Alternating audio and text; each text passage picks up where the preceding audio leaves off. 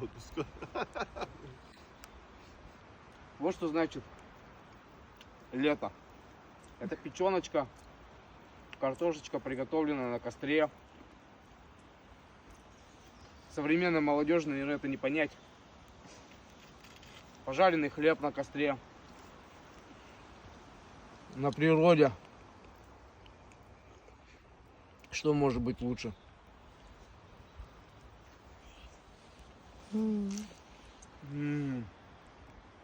Непередаваемое ощущение.